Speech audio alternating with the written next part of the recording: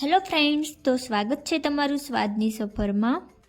જમવાનો સ્વાદ બમણો કરી દે સાથે અઠવાડિયા સુધી ખવાય તેવા સંભારિયા મરચાં બનાવીશું આપણે। ના કોઈ ભરવાની ઝંઝટ અને માત્ર 5 મિનિટમાં સંભારિયા મરચાં બની જાય છે। તો તમે પણ એકવાર આ રેસીપી જરૂરથી ટ્રાય કરો। તો બસ તેના માટે અહીંયા મેં 6 નંગ જેટલા મરચાં લઈ લીધા છે। તમે મરચાં કોઈ પણ લઈ શકો છો, પણ તે વાતનું ધ્યાન રાખવાનું કે બહુ તીખા ના હોય। જો મરચાં બહુ તીખા હશે તો તમે ખાઈ શકશો નહીં। તો બસ મરચાંને આપણે આવી રીતે કટ કરીને અને ડંઠલ કાઢી લઈશું ને મરચાંને આપણે નાના નાના પીસમાં કટ કરી લઈશું।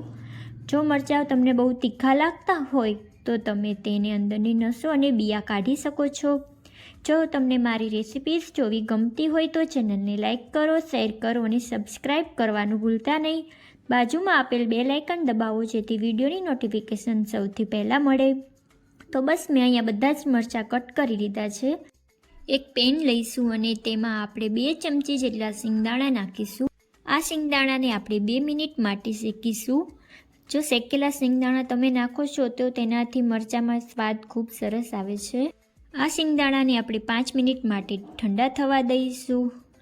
ત્યાં સુધી આપણે એક પેનમાં 2 ચમચી જેટલું તેલ લઈશું ને તેલ ગરમ થાય એટલે તેમાં આપણે 1/4 ચમચી જેટલી રાઈ નાખીશું। રાઈ સારી રીતે ફૂટી જાય ત્યારબાદ આપણે તેમાં 1/4 ચમચી જેટલું જીરું નાખીશું ને જીરું અને રાઈ સારી રીતે કકળી જાય એટલે તેમાં આપણે ચપટી હિંગ નાખીશું। જો તમને મારી રેસીપી જોવી ગમતી હોય તો ચેનલને જરૂરથી સબસ્ક્રાઈબ કરો। હવે તેમાં આપણે મરચાં નાખીશું અને એકવાર સારી રીતે મિક્સ કરી લઈશું। મરચાંને આપણે સારી રીતે મિક્સ કરી લીધા બાદ તેમાં 1/2 ચમચી જેટલી હળદર નાખીશું અને બધી જ વસ્તુને સારી રીતે મિક્સ કરી લઈશું। તો બસ હવે તેને ઢાંકીને 3 મિનિટ માટે આપણે કૂક થવા દઈશું। મરચાં કૂક થાય છે ત્યાં સુધી આપણે આ સિંગદાણાને મિક્સી જારમાં પીસી લઈશું।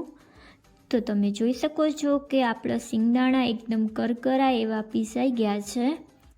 આપણા મરચાં પણ અહીંયા કૂક થઈ ગયા છે। હવે 1/2 ચમચી જેટલા આપણે આમાં તલ નાખીશું, 1/2 ચમચી જેટલું ધાણા જીરું નાખીશું ને મીઠું નાખીશું સ્વાદ પ્રમાણે।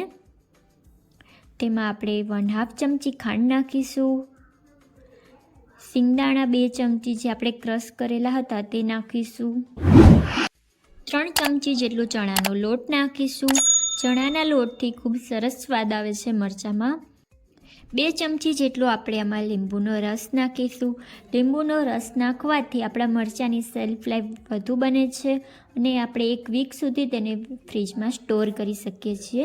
બધી જ વસ્તુને મિક્સ કરી લીધા બાદ આપણે હવે તેમાં થોડું પાણી નાખીશું અને એકવાર બધી વસ્તુને મિક્સ કરી લઈશું અને હવે આપણે આને 2 મિનિટ માટે કૂક થવા દઈશું જેથી આમાં ચણાના લોટનો કાચો સ્વાદ ન આવે। 2 મિનિટ બાદ આપણે ખોલીને જોઈએ તો આપણા મરચાં સારી રીતે કૂક થઈ ગયા છે અને તેને એકવાર આપણે મિક્સ કરી લઈશું। હવે તેને એક આપણે પ્લેટમાં કાઢી લઈશું।